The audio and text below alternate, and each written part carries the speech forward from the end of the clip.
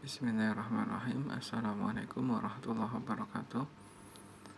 Alhamdulillahirabbil alamin wassalatu wassalamu ala asrofil anbiya'i wal mursalin nabiyina Muhammadin wa ala alihi wa sahbihi ajmain. Amma ba'du ya thulab wa talibat. Afwan ya, sangat terlambat dalam pengiriman materi karena ya kesibukan dan sebagainya. Semoga antum bisa maklumi. Semoga antum juga gunakan waktu-waktu misalkan kosong atau pelajarannya belum dikirim materinya bisa dipakai untuk murojaah pelajaran-pelajaran fikih ini ataupun yang lainnya. Dan juga di bulan Ramadan ini juga perbanyak waktu untuk tilawah. Nah, kita lanjutkan pelajaran fikih kita. Kemarin sudah sampai di al-hadyu ya, sembelihan. Kemudian kita masuk di udhiyah atau kurban di halaman 106 di dalam buku. Kita baca definisinya adalah apa yang disembelih dari binatang ternak pada hari-hari penyembelihan dalam rangka mendekatkan diri kepada Allah Subhanahu wa taala. Ya, binatang ternak nanti ada khususannya apa saja yang diperbolehkan untuk dijadikan hewan kurban, tidak serta-merta hanya binatang ternak gitu saja ya.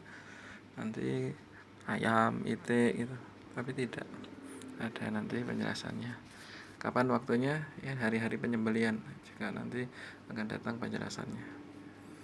Itu disyariatkan kurban itu pada tahun kedua Hijriyah ya, awal disyariatkannya kurban pada tahun 2 Hijriyah.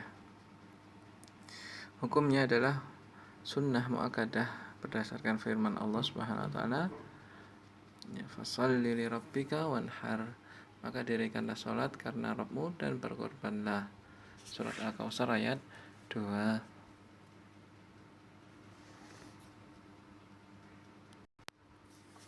Juga hadis dari Anas, dari sahabat Anas radhiyallahu taala anhu, bahwasanya Nabi SAW berkorban dengan 2 kambing gibas yang gemuk dan bertanduk. Anna Nabi sallallahu alaihi wasallam kana yudhahi bi kabsyaini amlahaini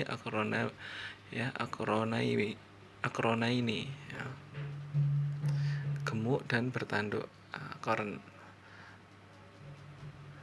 tanduk ya, bertanduk, amlahain gemuk ya, wa yadbahuhuma biyadihi ya, beliau menyebut nama Allah, beliau menyembelih keduanya dengan tangannya ya, wa yadha'u rijlahu ala safhatihima, meletakkan kakinya di atas leher binatang korbannya. Jadi beliau SAW menyembelih sendiri dengan tangan beliau, meletakkan kakinya di atas leher binatang korbannya. Hadis riwayat Bukhari dan Muslim.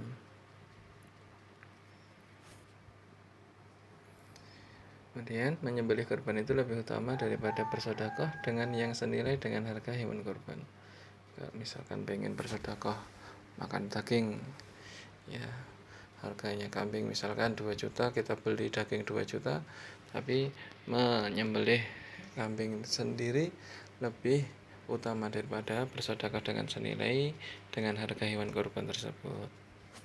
Kapan waktunya? Yaitu dimulai ya, setelah sholat hari raya ya, Idul Adha tentunya ya, sampai tenggelamnya matahari pada akhir hari tasyrik, yaitu hari ke-13 Dzul Hijjah.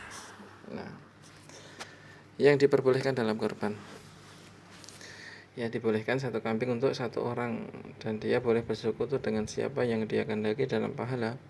Karena Rasulullah SAW ketika beliau hendak menyembelih hewan kurbannya, beliau mengucapkan Allahumma taqabbal min Muhammadin wa ali Muhammadin wa min ummati Muhammadin ya, atau ya afwan ya, beliau mengucapkan bismillah Allahumma taqabbal min Muhammadin wa ali Muhammadin wa min ummati Muhammadin, dengan menyebut nama Allah, ya Allah terimalah dari Muhammad dan dari keluarga Muhammad serta dari umat Muhammad. Hadis riwayat Muslim.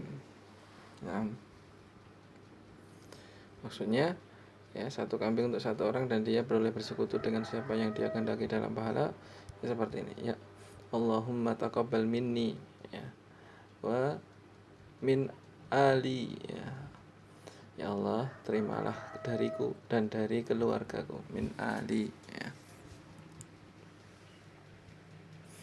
Alinya seperti ini ditambahi ya mutakallim, ya sukun, wa min ali, ya, atau minni wa ali, ya, taqabbal minni wa ali, ya Allah terimalah korban dariku dan keluargaku. Nah, kemudian seekor unta dan seekor sapi untuk 7 orang, ya, sepertujuh orang itu maksudnya seperti ini, ya. Seekor sapi untuk, ya, dibeli oleh 7 orang. Juga diperbolehkan bersekutu 7 orang dalam 1 ekor unta.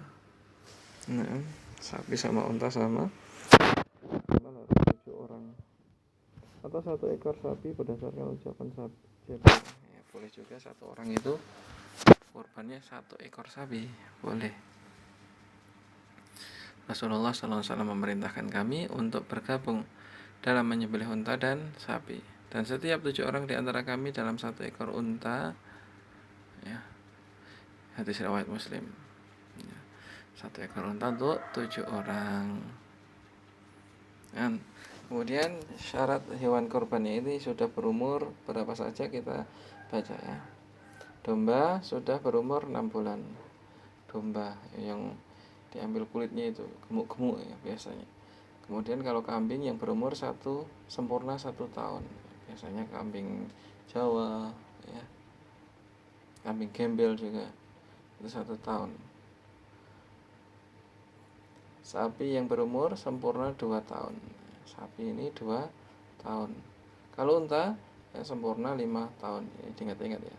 6 bulan, 1 tahun, 2 tahun, 5 tahun. Sapi 2 tahun, unta 5 tahun, kambing 1 tahun, domba 6 bulan. Ya. Pahami? Benar. Kemudian hewan kurban yang paling baik adalah unta untuk 1 orang, ya, karena lebih mahal dan lebih bermanfaat untuk fakir miskin.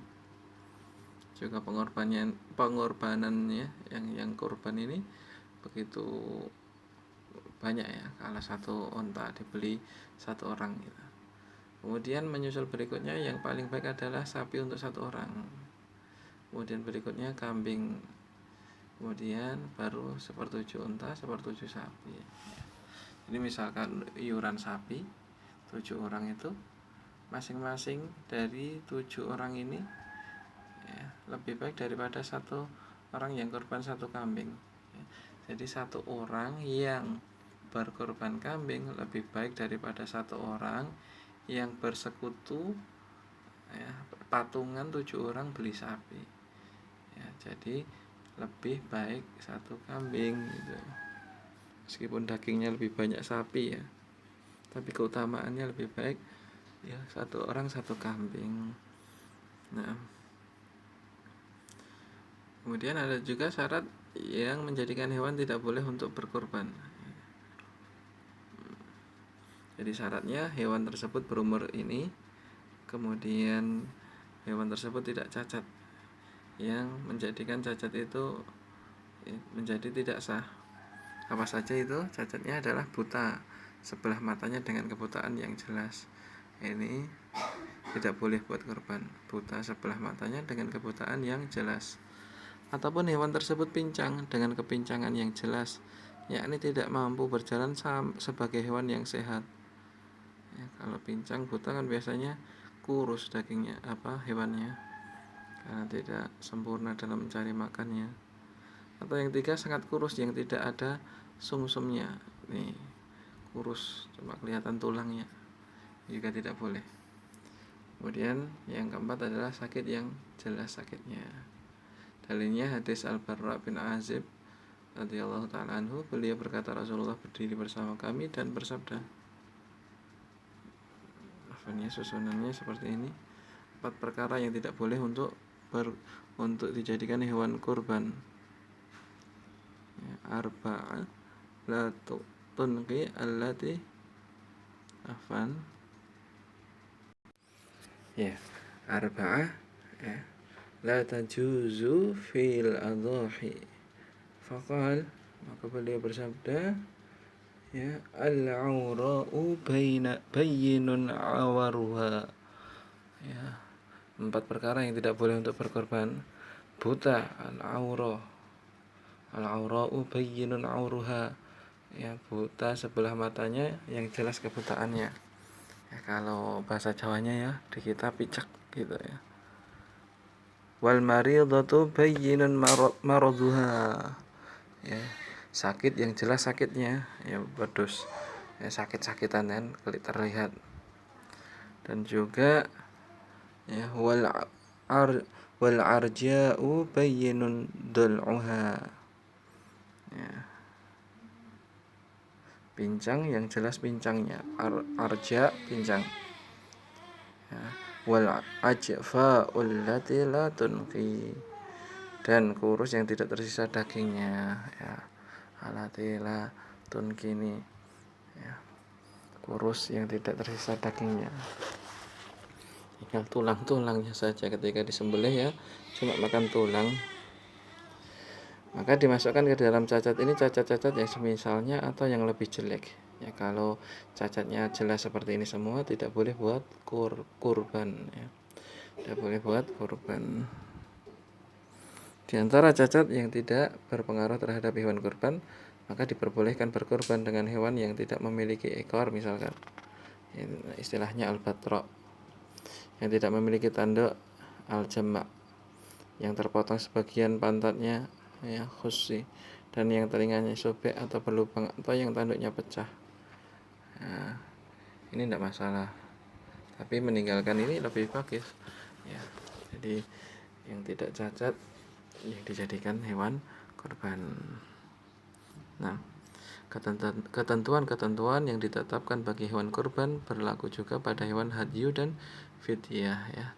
Hadyu kemarin sudah kita singgung, ya, tamatuk, qiran, dan juga tatawwu, ya, disembelih di tanah haram. Fidyah itu dam karena melanggar, ya, kewajiban, ya, tidak melaksanakan kewajiban atau karena melanggar larangan, itu fidyah. Hewan-hewannya ketentuannya sama dengan hewan yang kita baca ini tadi, ya. Kemudian pembagian daging kurban, bagaimana syariat membaginya, yaitu disyariatkan bagi orang yang berkorban untuk memakan sepertiganya, kemudian dihadiahkan sepertiganya, dan disedekahkan sepertiganya. Dibolehkan untuk mensedekahkan semuanya, dan jika memakan lebih dari sepertiga juga tidak mengapa, ya, yang jelas dibagi demi kemaslahatan semua, ya. Kalau kita butuh, ya, setengahnya, ya, nggak masalah, ya, sesuai kebutuhan semuanya.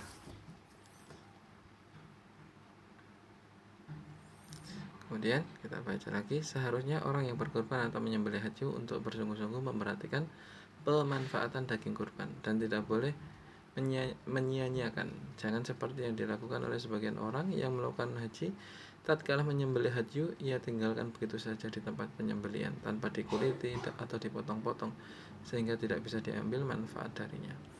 Nah, ini orang-orang yang haji yang mereka bawa hewan korban karena nggak sempat, nggak bisa masak, nggak bisa apa, mereka cuma sembelih aja terus kemudian ditinggal tanpa, ya, ada manfaat yang jelas. Coba kalau dia potong kemudian dia pasrahkan untuk dikuliti atau diberikan ke fakir miskin, disedekahkan semuanya, itu lebih jelas manfaatnya daripada cuma disembelih begitu saja. Nah, kemudian pengarahan, seorang muslim hendaknya bersungguh-sungguh untuk mendapatkan pahala terbesar dalam berkorban dengan mensedekahkan sepertiganya dan menghadiahkan sepertiganya. Jangan ditinggalkan yang lebih afdal dengan memakan sebagian besar dari daging kurbannya. Ya, ini yang lebih afdal, ya, maksimal sepertiga yang kita makan, dan selebihnya disedekahkan ataupun dihadiahkan, ya, jangan terlalu banyak yang kita makan, ya. Ya, kalau terlalu banyak yang kita makan, ya sama aja kita cuma, ya, beli daging kurban, beli, ya, kemudian kita makan sepuasnya, ternyata pahalanya sangat kurang yang seperti itu. Kemudian seorang muslim hendaknya bersungguh-sungguh untuk memanfaatkan semua bagian dari hewan kurbannya dengan berbagai macam kemanfaatan, dari kulitnya, kepalanya atau lemaknya, ya, semuanya benar-benar dimanfaatkan, ya, tidak boleh dijual. dapat dia manfaatkan sendiri atau diserahkan kepada lembaga sosial agar diberikan kepada orang-orang yang dapat memanfaatkannya dari kalangan fakir miskin ya. Dia manfaatkan kulit itu atau kalau tidak dia serahkan kepada lembaga sosial, diserahkan pada pondok atau mahat ya. Kemudian mahat mau menjual mau apa terserah, yang penting yang si korban sudah memberikan atau menghadiahkan kepada lembaga sosial atau yayasan ya. Jadi bukan si ya penyembelih kurban atau si kurban ya, orang yang kurban ya, bukan yang menjualnya, tapi yang kurban itu sudah memberikan atau menghadiahkan kepada yang lain, baru orang lain memanfaatkan itu. Nah, udhiyah hadyu dan udhiyah sudah kita selesaikan insyaallah. Oke, dilanjutkan di pertemuan berikutnya. Dan sekali lagi mohon maaf atas keterlambatan ini, dan semoga bermanfaat. Kalaupun benar dan manfaat itu datangnya dari Allah Subhanahu wa taala, banyak khilafnya dari saya pribadi, saya beristighfar kepada Allah. Astagfirullahaladzim. Subhanakallahumma bihamdika asyhadu an la ilaha illa anta astaghfiruka wa atubu ilaik. Assalamualaikum warahmatullahi wabarakatuh.